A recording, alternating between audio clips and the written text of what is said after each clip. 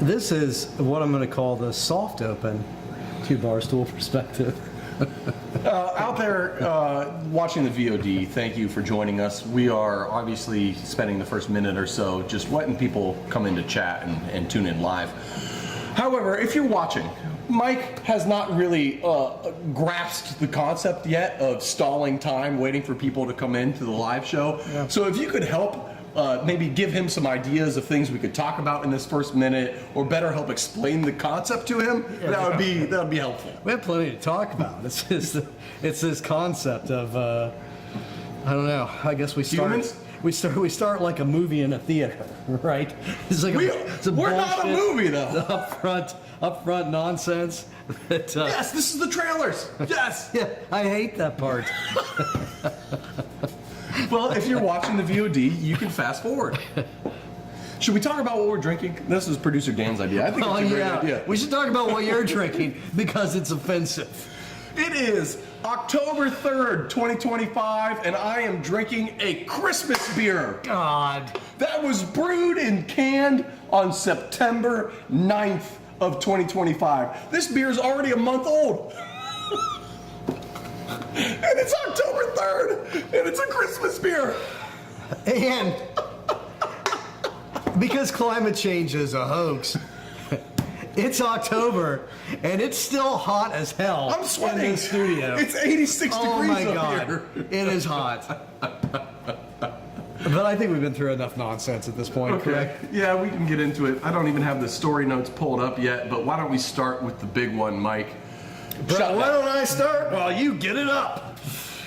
This is another week of Barstool Perspective, where we give you the rundown on the week's news in booze.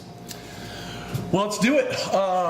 In large news, the government is shut down. What? And I feel fine. I really don't feel fine. Yeah, this has a lot of implications on the industry. Beer, wine, liquor, all of it. Mm-hmm. Every new product, which means, and I suppose it sort of impacts spirits probably the least. Probably hurts beer the most, because every sub-brand of a beer, including like seasonals, if you're gonna be some jackass brewery that releases a Christmas beer in October, you need to get that approved by the TTB. The laws are that you get it approved, yes. Yeah. The big breweries, the bigger you are, the more you need to follow the rules and adhere to things. In the past, not that we're doing it this shutdown, but in the past, what we have done is just submit our labels and just release the beer anyway. And put the label out, put the beer out, have it be sold, and then just, if the government was like, hey, you shouldn't have done that, like, well, you shouldn't have shut down. So we tried to follow the rules. We need to make money. We're a small business. We did what we thought was right. We put the product out. We'll fix it next time. Thank you for your feedback. Maybe stay open and do your fucking jobs. So, yeah, I don't know. But a big brewery, probably not going to take that risk. For us, a small batch of beer, it's in and out in a month. By the time the government's back up and digs out of their backlog, we're nothing to them. The numbers, though, on the number of people that work for the TTB, first of all, it seems astronomically small to me. It's only like 400 some people that work. 459 people work at the TTB. That's incredible.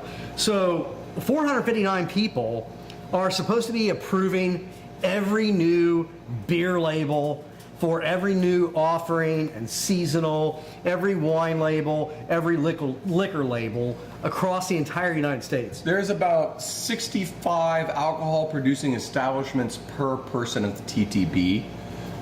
So if you just factor one person at the TTB has to be in charge of 65 places, that's already an astronomical amount of work, let alone the amount of labels that we're submitting. Yeah. Like beer alone is submitting in a given month thousands and thousands and thousands of new labels for approval, let alone the wineries and the distilleries on top of that. So how does 50 people that are not furloughed keep that running? They don't. They don't, and it's not even their plan. Their plan is most of the people that are staying there are actually funded from sources other than the fiscal year budget. So that's why they're staying. But those people are then allocated to, theoretically, some of them are allocated to enforcement. But like, okay, 5 people are going to do liquor law enforcement across the United States. Yeah. That's not going to happen. So the people that are there are really just a skeleton crew to basically cash checks. Cash checks and make sure the floors get mopped or The whatever. excise tax money's still rolling in, and they need to cash those checks and keep things moving along. So that definitely can't stop. So I don't know. I think Owen, no, Nathan said it best. What government? They act like kids anyway. Couldn't agree more. Like, what are we paying for? Do your damn jobs. That's what we elect you for. Do your job. Run the fuck government. Figure it out, you fools. Speaking of dumbass shit that's been declared, we got a bunch of beer holidays coming up. Mike, do you want to hear them? Sure. National Beer and Pizza Day is October 9th. Oh, wow. That's what I call Friday, but sure. National American Beer Day is October 27th. That's what I call Thursday through Saturday. International Stout Day is November 6th. I call that winter. National Happy Hour Day is November 12th. I call that every Friday for sure. And most Thursdays and some Wednesdays. what you surely call Monday morning is America Recycles Day. Absolutely. And that's November 15th. Mike, It's just beer cans. Okay. Why don't we jump into some bigger news here? Yeah. There's been some arrests in California that may or may About not. time they took Gavin Newsom down for treason. Who's been arrested? It may or may not be the alcohol purchaser at Albertsons arrested for taking bribes. Yeah, well, man, Are you shocked? if you're going to make money at Albertsons, you got to get a little grease on the wheel. See, okay, before we get to that, because you're right. Before we get to that, let's set the stage. The alcohol purchaser for Albertsons, the guy who sets the sets of like these 300 stores are going to have this bottle of wine and this bottle of wine and this beer and this beer.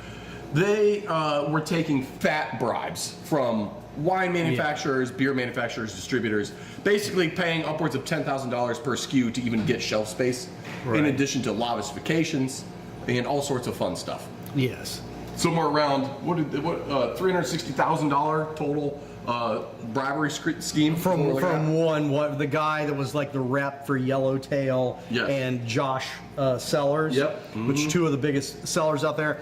We love a good corruption story, but the thing about this, we have also, through all that like Kroger merger talks last year, all of these larger and larger and larger corporations, they're not good for anybody except for a handful of really uber rich. This is one of the reasons why. When you have a chain that's as big as Albertsons, it could make or break a winery. Yeah.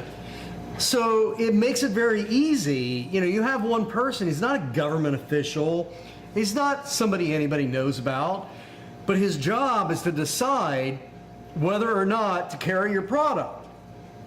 That guy, to a lot of small businesses, then has godlike power. Yes. He can make you or break you, which places him in a fantastic position for bribery. It goes to a lot of people's heads too, because you know what you do when you're growing up is you don't dream about becoming an alcohol purchaser for a store. Right. So you probably maybe went to college. Maybe you got a degree in something that doesn't pay shit for bills, and you wound up working at a retail store and you worked your way up to alcohol purchaser. Good for you, but you didn't dream about doing this. And so like... Except that, when you were getting the swirly, you were like, someday, I'm going to mess somebody else up. So there's a lot of alcohol purchasers out there that it goes to their head, because you're right, they do have that power, and they know they have that power. It's a big deal if you're buying any significant amount of alcohol from a small business. Yeah, and that job, I don't know what that job paid, I'm sure at that level it paid well, but it didn't pay CEO of Albertsons well. It didn't pay. I'm not willing to take a $10,000 check. Well. Right. It did not. So yeah, I mean, it doesn't shock me, this story. Nor am I particularly like appalled by this guy taking these bribes. It's not right. I'm glad that he got busted. I'm glad that he's going to pay for it. But the real problem is the system itself, I think. That's exactly the problem. Because if I was in that guy's shoes, I would have done the same thing. Listen, laws to me are important to follow to a degree.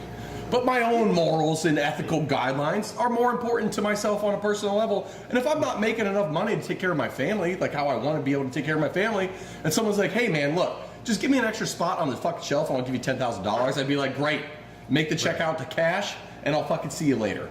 Like, how would I wouldn't say no to that. But you're right, it's the system that failed, because you can't rely on this guy to say no to it. And what's also messed up is all the reporting, at least to start, blames the buyer.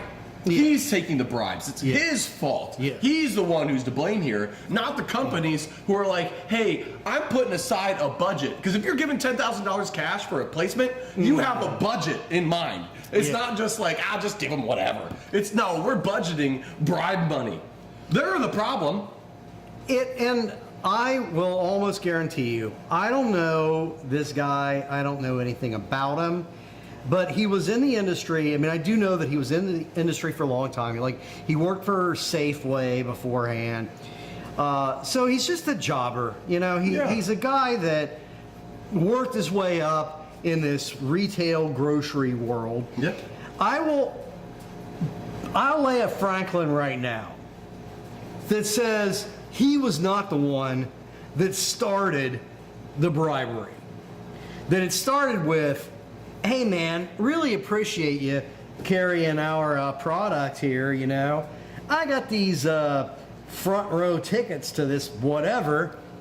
I can't use them. Would you like these? That's a great point. Chances are this dude wasn't shaking them down. No. It was them coming to him, offering stuff. Right. And which makes it even more hard. Like, well, I wasn't ever going to ask you, but I guess since you offered, fuck it, I'll take it. Yeah. And he probably doesn't even think about the laws. You know what he didn't get? He didn't get legal training. Guarantee you that much. And it's like I know these bar owners that I like, but there was one brewery in particular that I'm not going to name that quite some time ago started giving them free stuff. Now, it's the same thing. It's not legal. You know, a brewery can't be giving bars stuff, tickets to Reds and Bengals games. You can't even give them pint like glasses in the state of Ohio. But this one brewery, you know, started giving them stuff.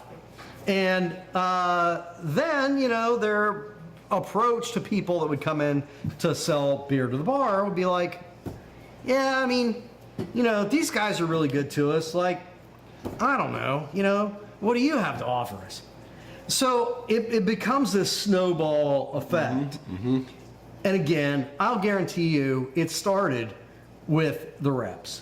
It started with the wineries and the reps that represented the wineries. That's where it started. It didn't start with that guy. It's all top-down fucking horseshit. It's pushing like, you're getting this stuff in here. Here's a budget for you to make this happen. And then it's like, okay, well, the only way I'm going to make this happen is if I buy this guy off. And then the CEO level dude at the company that made the budget in the first place is like, great, my numbers are going up. I'm not going to ask questions. Yeah, and that's the thing that's really bullshit about it, is how it rolls downhill. I mean, this guy could be going to prison for 5+ years. Yeah.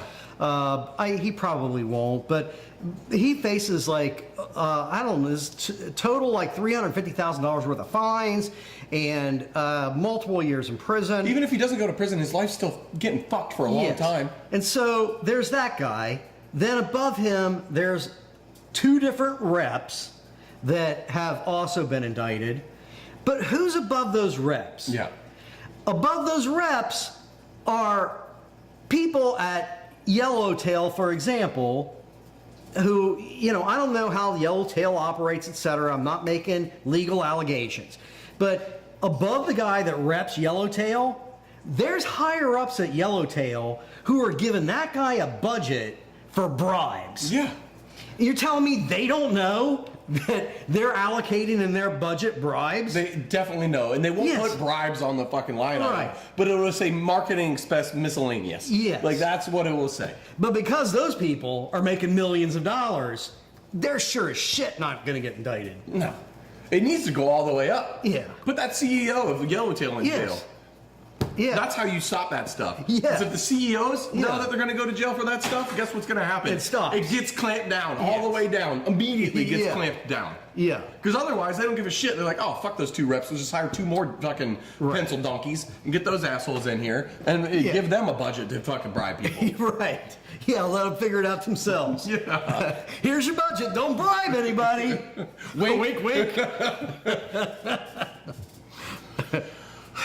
In other news of giant corporate fuckery, we're moving on to Jack Daniels. Now, Jack Daniels, as you may or may not know, is a Tennessee whiskey maker. Some might argue they actually make bourbon, but they choose to use the name Tennessee whiskey. Really? Yeah. I think by law it might actually be bourbon, if I'm not mistaken. It doesn't really matter. That's a side point. Their county's a dry county, which is also interesting. Yeah. There's a fair amount of Kentucky bourbon made in dry counties. Yes, there is. You grew up in a dry county. In Ohio, it was mostly dry, although my township was wet, which is why I actually party town. I grew up in a town of 2,000 people that had like 6 bars when I was a kid. 6 bars. An a liquor unsustainable store. amount of alcohol. It explains a lot of. There's a lot of drunkenness and corruption in my childhood development. No. Corruption. Yeah. Oh, well, I've told you this. I mean, I will just mention this, Brett, because it does, I think, give real insight into me. The town that I grew up in, the mayor was a little person who was a magician and worked at the liquor store. oh my God, that's amazing. And he went to prison for embezzlement. He tried to make that money disappear. Yeah, he did. Jesus Christ. Well, back to Jack Daniels. Jack Daniels, for about 50 years now, has taken their corn stillage, potentially longer. I don't have it verified. There's a farmer that claims he has been driving every day to Jack Daniels for 45 years to pick up corn slop. They take their stillage, which is what they ferment to make the alcohol initially, and then they cook that and take the alcohol off, but they leave all that grain matter behind. That's called stillage. They give all that stillage to farmers in the county. Yeah. 90% of the farmers... Like breweries do as well. We do that. We send ours to a cattle farm as well. 90% of the farmers in the county that Jack Daniels resides in are livestock farmers, probably in large part to the fact that they got free feed every day. Yeah. Upwards of 400,000 tons a day. Wow. 400,000 times 2,000. That's a big chunk of overhead that's eliminated for you. For free. They got to pick it up. They would come, they'd have to pick it up. That's the rules, you pick it up. It was called the cow feeder program. Great program, great way to support the local area. I will say to that guy that's picking it up every day, at what point in those 45 years does it not occur to you to get a bigger fucking truck? I'm driving my pickup every day. I go 20 times. 1 hour each way. I got this friend. He spent $20,000 on a truck. He goes once a month. Picks up a shitload of it. I go every day. No. That's crazy. Me and my dog Bessie. Well, they're canceling that program as of March 1st, 2026. Screw the farmers. And the farmers are obviously freaking out. Like wet feed, which is what that's called, because it's wet. That stuff's expensive. Yeah. It's very expensive. They bought that on the open market to supplement their cows' dietary needs. It would cost them a fortune, enough where it's going to put them under. So farmers are rightfully freaking out. People are already selling farms and trying to get out from underneath it, and all these farmers are acting like this company had their best interests at heart the whole time. When really, what Jack Daniels has done is they signed a deal with an anaerobic digester to take that stillage and turn it into renewable biofuels, which means that anaerobic digester is actually going to pay them for the stillage, which is why they're doing it. And yeah, I mean, okay. On one hand, they are making money on waste as opposed to giving it away. Pro-capitalism. Yes. Okay, fine. But, I mean, really, ultimately, is whatever amount of money they're making on that transaction, is it really worth more than that die-hard love and commitment and buy-in to that company that they were probably getting from everything that came from that giveaway to farmers and all these people? That's a lot of people's livelihoods that they were supplementing and making possible. If they were selling that stillage for a penny a pound, which seems extremely high, well, actually, we'll say a penny a ton. That would only be $1.5 million a year. To Jack Daniels. To Jack Daniels, I don't think it's worth it. And it could be more than that. It could be 10 cents per ton or something, or even $1 a ton. I don't fucking care. It doesn't matter. It's a few $1 million to a corporation. It's going to be a few $1 million. It's a billion-some-dollar corporation. Yes. I don't know what they're being. But and you know what? It doesn't. The negative repercussions to your community are worth way more than that. Yeah. Like that's part of what made Anheuser-Busch so beloved and what they are across the country and in St. Louis is because they gave so much back to the community. They built the community up around them, and it's largely why most Americans don't give a shit anymore about that, and it's moving in the wrong direction. Right. Because what is Jack Daniels at the end of the day? It's a highly mediocre whiskey. Highly. With incredible brand loyalty. Mm-hmm. And is all that brand loyalty coming from a handful of farmers? Obviously not. But that's part of it. Being in their community and part of their community and tied to their community and helping the world around them, that is part of what made that company what it was and created that brand loyalty. So I don't think these corporations, because it is just now maximum greed all the time. Mm-hmm. And it's hard to calculate the long-term economic loss from that absence of brand loyalty. You know what sucks too about all that is, like, if you work for Jack Daniels and you were the engineer who is in charge of the waste stream, and it probably got mandated to you, like someone at a higher level of corporate figured this out and they're like, you got to do this now. You got to implement all this. You got to get us an extra $4 million in revenue every year. Mm-hmm. They never have counted, in 50 years, they never counted on that extra $4 million in revenue. And that extra $4 million in revenue isn't going to go to anybody at Jack Daniels that's doing the work. It's all going up to the shareholders. Like, Shareholders and CEO. we just made $4 million out of fucking thin air. Yeah. And, like, you're not going to pay your employees a penny more of that. That's what always killed me when I worked at Cargill. Like, I did projects as an engineer that would save our plant anywhere from $100,000 to $1 million a year on operating costs. You know how much of that money I got as a bonus at the end of the year? Fucking nothing. Every year I got none of the money I got. So you know what I did at the end of 2 years? Stopped giving a fuck. I did the bare minimum every day, which included browsing Reddit for minimum 4 hours every day in 2020 fucking 12. So yeah. I think that more people who work for corporate America should quit giving a fuck. It's already pretty rampant. Yeah, I mean, at the end of the day, that guy that drove his pickup with his dog Bessie to Jack Daniels every day, he's either going to be put out of business or he's going to live a significantly reduced lifestyle. Yeah. And the CEO gets some upgrades on a jet. Like, Yeah, he'll probably get a fat bonus as a result. Oh, $4 million extra, here you go. All right, breaking news. P. Diddy has been sentenced. oh no, I hope they used lube, Brett. They had lots of it. Mike, P. Diddy was pleading for leniency. He said the last 2 years of his life have been the worst 2 years of his life. If you remember. Well, yeah, I mean, okay. I got caught and things are terrible now. Yeah, shocker, buddy. Being in prison sucks much more than freak-offs. If you're me, at least. I don't know if you're the one chained to the radiator. Well, he gets a minimum 5.8 years in jail, 70 months. More than I thought. I thought he was going to get less.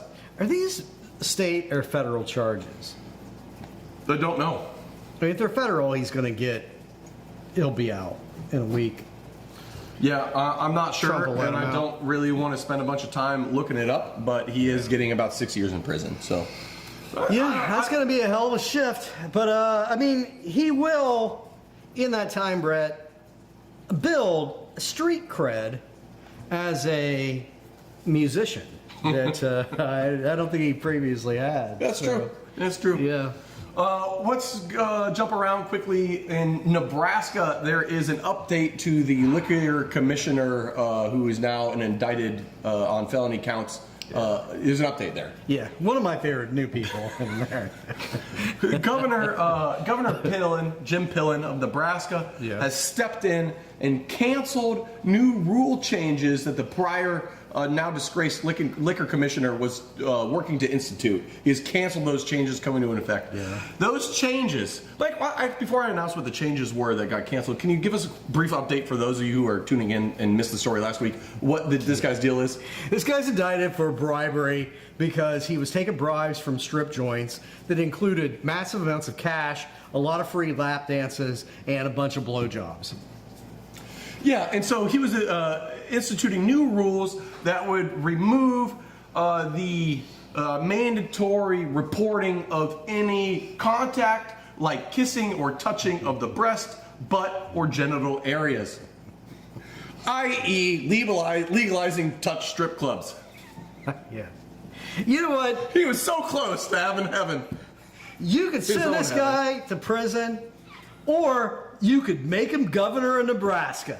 And frankly, I vote for number 2. I can only I hope, want this guy in charge of that entire state.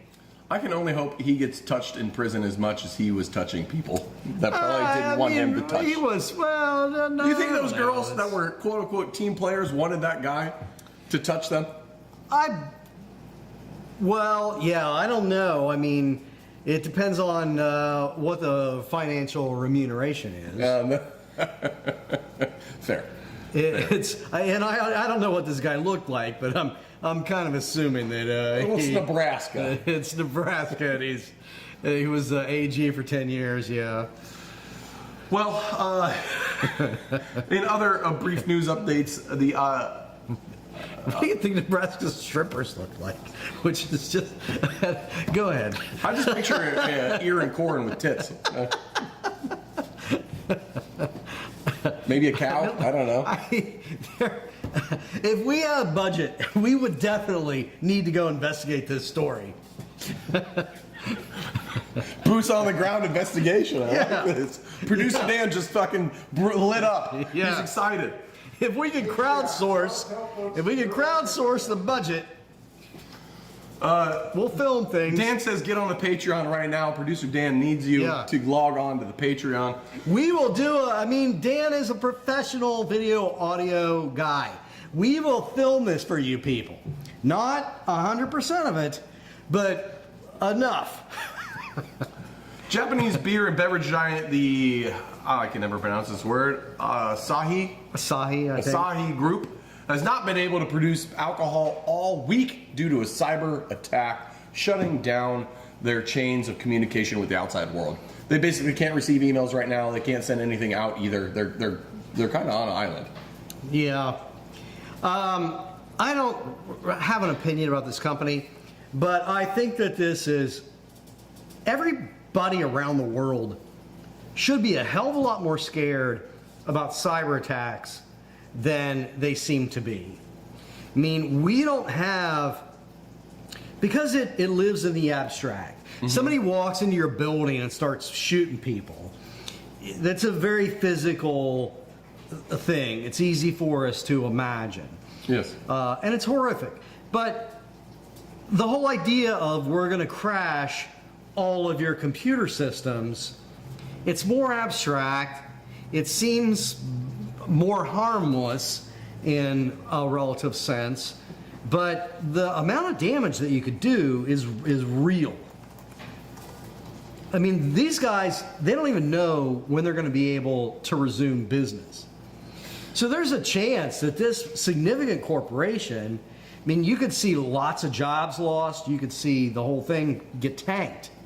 Yeah, it's kind of strange. There hasn't been more corporate warfare on an electronic level, and maybe there is, and we're just not privy to it in the wider world. But like, you know, Stuxnet was the first thing I really recall when I was younger of like, oh, this is a huge problem potentially on a global scale, and that was 2003, 6, 5 time range, and things have only gotten more connected since then. Let alone if you really want to get into conspiracy stuff, which is not even a conspiracy, look into, you know, Salt Typhoon and all that good stuff that producer Dan was telling us about at lunch.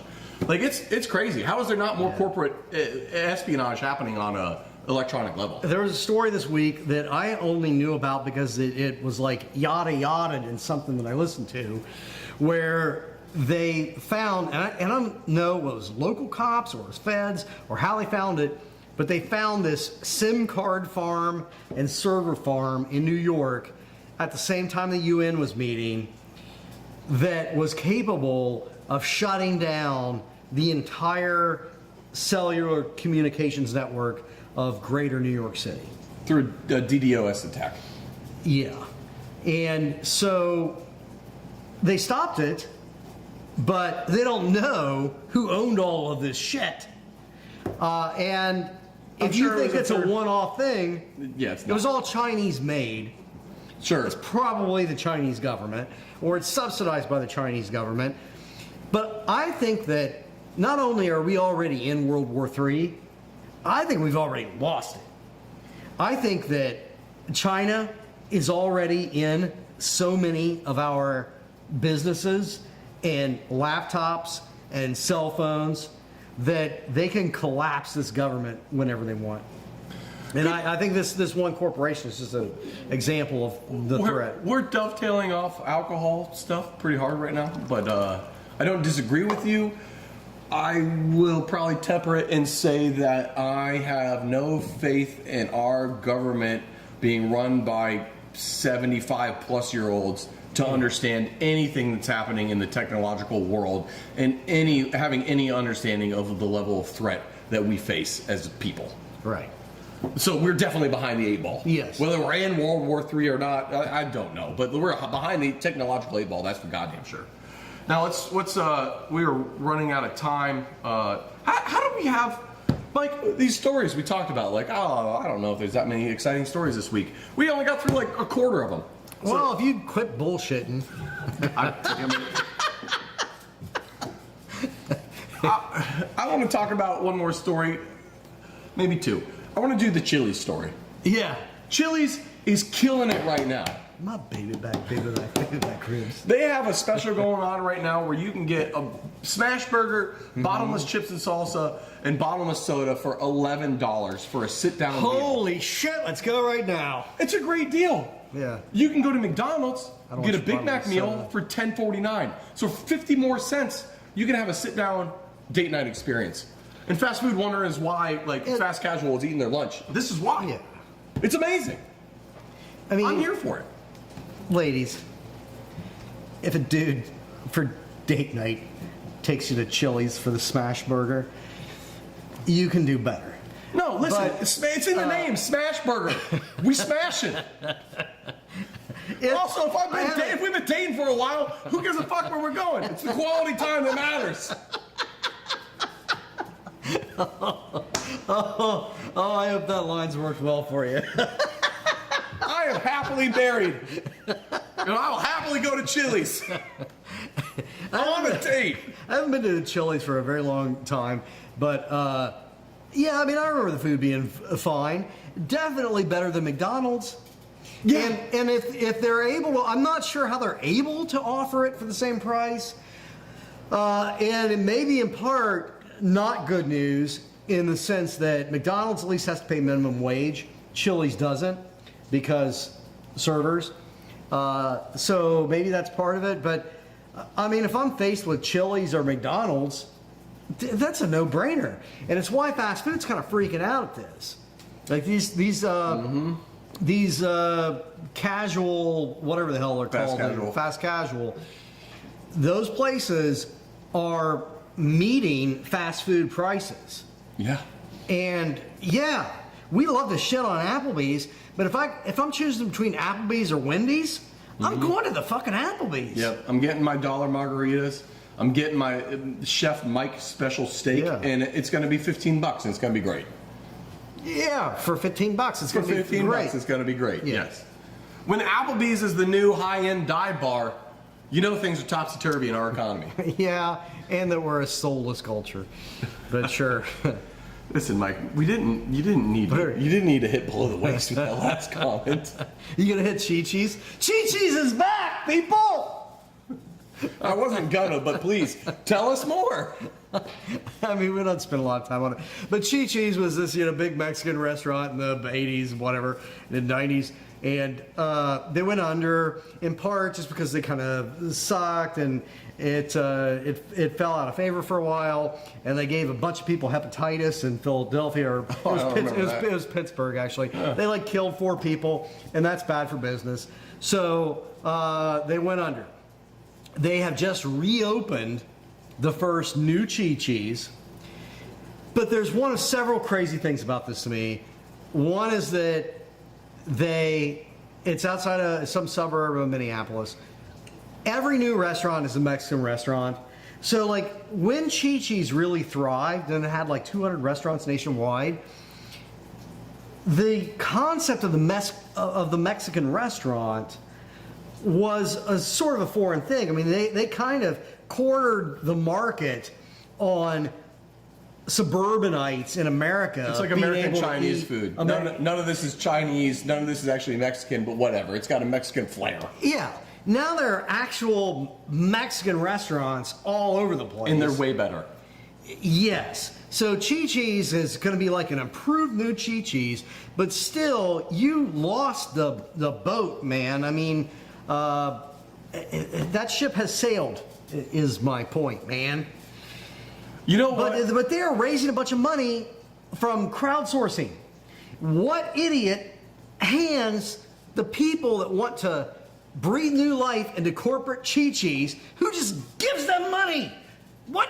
Who are you? You idiot? And why won't you give us fucking money? You're not Chee-Chee's, Mike.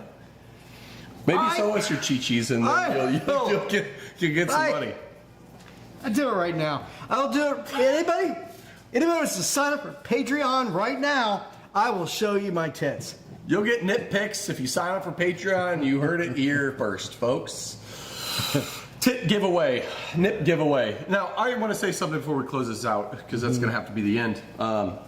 When you were younger, I don't know if you did this, but I loved dipping my French fries into a Frosty. And as I've gotten older, the salsa chip in the frozen margarita is the adult version of that. Yeah, love me doing that. Love it. Sure. So if Chee-Chee's does that, then I'm in. Give me a tortilla bowl of margarita. That is the answer to their success. Yes.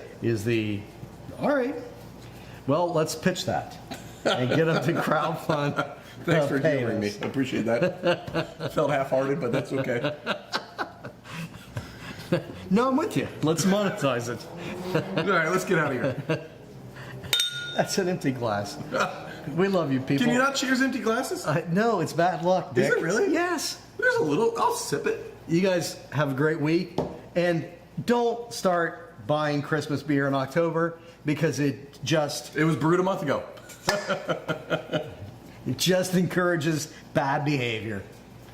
We love you, people. This was good, though, and I love Christmas beers, and I can't wait for more.